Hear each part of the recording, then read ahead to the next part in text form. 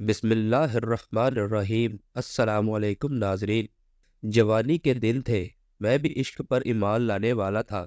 آج سے قبل 12 سال پہلے ایک لڑکی میرے پاس آئی۔ وہ بیمار تھی، کافی بیمار تھی۔ اس کا چیک اپ کیا، وہ بہت خوبصورت تھی۔ اس کی نیلی سی آنکھیں، نہ جانے مجھے کیا ہوا، میں پہلی نظر میں ہی اس پر دل ہار گیا، لیکن خاموش رہا۔ اس کا علاج جاری رہا، وہ بالکل ٹھیک ہو گئی۔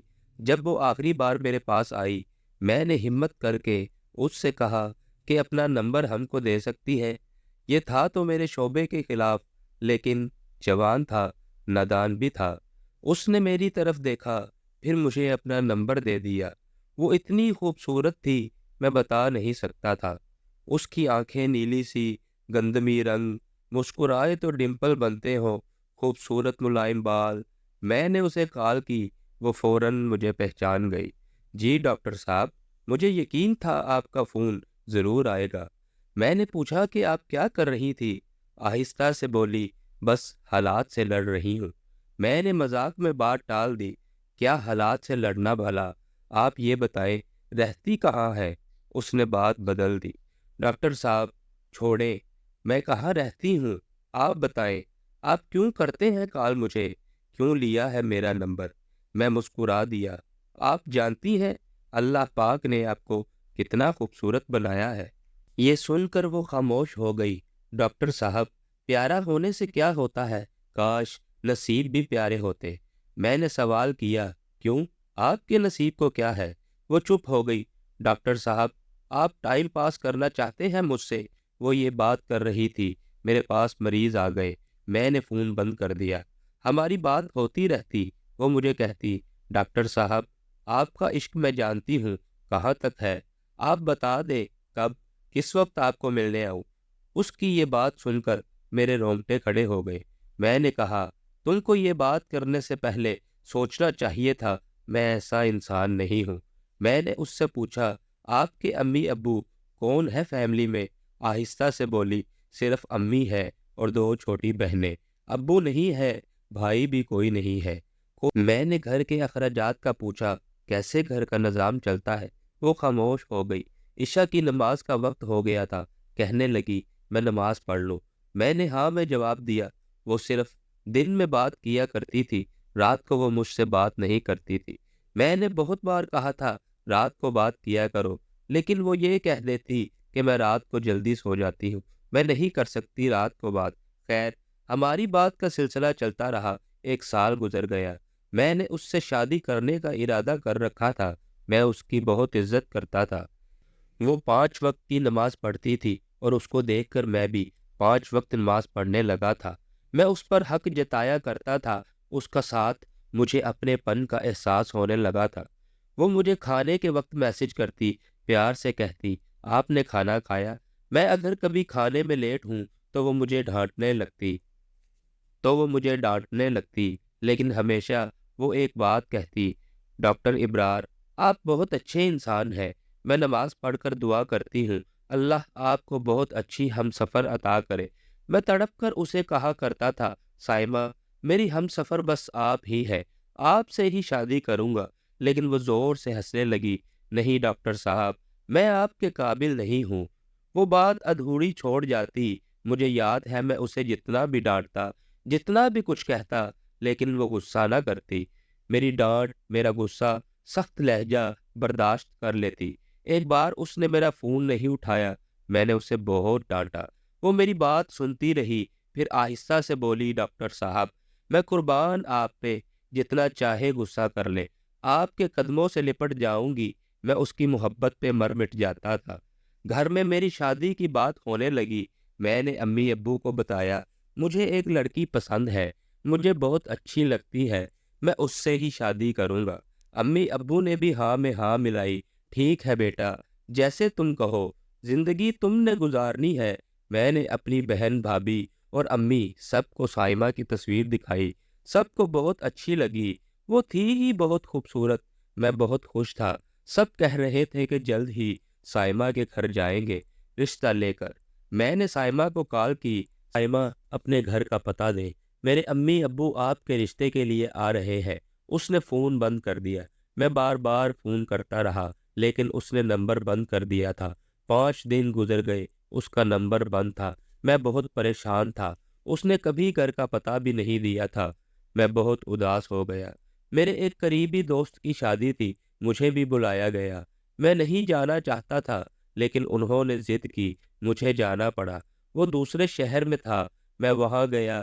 مجھے دوست کہنے لگے، بہت بڑی کنجری بلوائی ہے، کیا ڈانس کرتی ہے، کیا ناچتی ہے، کیا کمال کا پیس ہے یار۔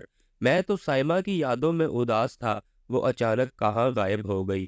دوستوں کے ساتھ بیٹھا ہوا تھا، پروگرام شروع ہوا، سب سیٹیاں بجانے لگے، شور تھا اور میوزک شروع ہوا۔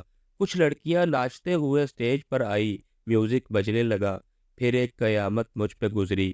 میری نظر سائمہ پر پڑی، وہ ناچ رہی تھی، وہ ایک کنجری تھی۔ میں تڑپ گیا۔ سائمہ کی نظر مجھ پر پڑی، اس کے قدم رک گئے۔ میں نے اس کی جانب دیکھا، میرا جسم کانپنے لگا۔ میں ہار گیا۔ اس کی وجہ سے میں نے نماز شروع کی اور خود ناچنے والی ہے۔ میں غصے سے پاگل ہو گیا۔ وہ اسٹیج سے اتری، میرے پاس آئی، کچھ کہنے لگی۔ میں نے زناٹے دار تھپڑ مار دیا۔ اسے وہ کچھ کہتی اور میں ایک اور تھپڑ مار دیتا۔ اس کی نظر جھک گئی، میں نے اسے دھکا دیا۔ سب ہماری طرف ہی دیکھ رہے تھے، سب بہت حیران تھے، یہ کیا ہوا ہے۔ سائمہ وہیں بیٹھ گئی، باہوں میں سر رکھ کر رونے لگی۔ میں اگنور کر کے اپنے گھر چلا گیا، بہت پریشان تھا۔ نفرت سی ہو گئی تھی سائمہ سے، اس پہ بہت غصہ تھا۔ ساری رات تڑپتا رہا۔ دوست حیران تھے کہ کیا ہوا۔ میں 2 دن ڈیوٹی پہ نہ گیا۔ پھر جب ہسپتال گیا، جب میں مریض چیک کر رہا تھا، ایک لڑکی میرے پاس آئی، ڈاکٹر صاحب آپ سے بات کرنی ہے۔ میں نے ہاں میں سر ہلایا۔ ڈاکٹر صاحب سائمہ۔ میں نے سائمہ کا نام سنا تو چلانے لگا، اس کا نام نہ لو۔ وہ لڑکی آہستہ سے بولی، ڈاکٹر صاحب بس ایک بار سن لے، وہ بیچاری حالات سے ہاری ہوئی ہے، وہ گندی لڑکی نہیں ہے، وہ مجبور ہے، آپ سمجھ جائیں گے۔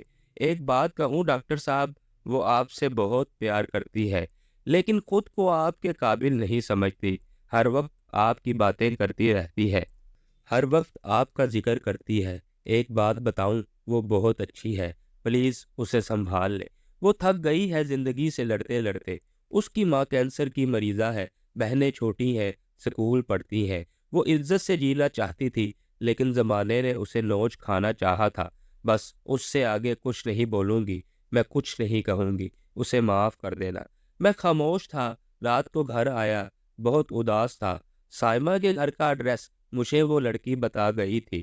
میں نے امی ابو کو ساتھ لے کر دوسرے دن سائمہ کے گھر چلا گیا۔ دروازے پر دستک دی، اس کی چھوٹی بہن نے دروازہ کھولا۔ ہم گھر میں داخل ہوئے، سائمہ کی امی چارپائی پر لیٹی ہوئی تھی۔ ہم پاس گئے، امی کھانستے ہوئے اٹھی، آپ لوگ؟ میں نے تعارف کروایا، میں ڈاکٹر ہوں۔ سائمہ نماز پڑھ رہی تھی۔ امی ابو بات کرنے لگے کہ ہم آپ کی بیٹی کا رشتہ لینے آئے ہیں۔ سائمہ نماز پڑھ کر آئی، مجھے دیکھ کر حیران تھی۔ ڈاکٹر صاحب آپ یہاں کیسے؟ میں ہلکا سا مسکرایا، میں نے کسی کو کچھ نہ بتایا تھا۔ سائمہ کیا کرتی ہے؟ سائمہ نے مجھے بہت منع کیا، ابرار میں اچھی لڑکی نہیں ہوں۔ میں مسکرا کر بولا، جس کی وجہ سے میں 5 وقت کا نمازی بن گیا، بھلا وہ کیسے اچھی نہیں ہو سکتی؟ حالات اور مجبوری کے تماشے ہیں میری جان۔ آپ رزق کی خاطر ناچنے لگی، اب میں ہوں نا، سب بھول جاؤ۔ اب سے آپ میری عزت ہے سائمہ۔ سائمہ بلک بلک کر رونے لگی۔ سب بہت خوش تھے، ہمارا نکاح ہو گیا، ہم نے شادی کر لی۔ یہ تھا تو ناممکن، لیکن ایک سچا مرد ہمیشہ عورت کی عزت کا محافظ بنتا ہے۔ شاید میں نے بھی وہی کیا۔ میں نے کبھی کسی کو نہیں بتایا کہ سائمہ ناچنے والی تھی۔ اس کے حالات اور وقت نے اسے کنجری بنا دیا تھا۔ میں کیوں کروں؟ اس کے دامن پر کیچڑ کیوں اچھالوں؟ سائمہ میرے سینے سے لگ کر رونے لگی۔ ابرار آپ جیسے فرشتے بھی ہوتے ہیں دنیا میں، بھلا مرد تو عزت نوچتے ہیں، آپ تو میری عزت کے محافظ بن گئے۔ مرد اتنا بھی خوبصورت ہو سکتا ہے؟ میں نے ماتھے پر بوسہ کیا۔ مرد وہ نہیں جو کسی با پردہ با حیا شہزادی کو کنجری بنا ڈالے، بلکہ مرد وہ ہے جو کسی کنجری کو بھی با حیا اور با پردہ بنا دے۔ مزید ایسی سبق آموز کہانیاں سننے کے لیے اسٹوری لائف یوٹیوب چینل کو لازمی سبسکرائب کر لیں۔ شکریہ۔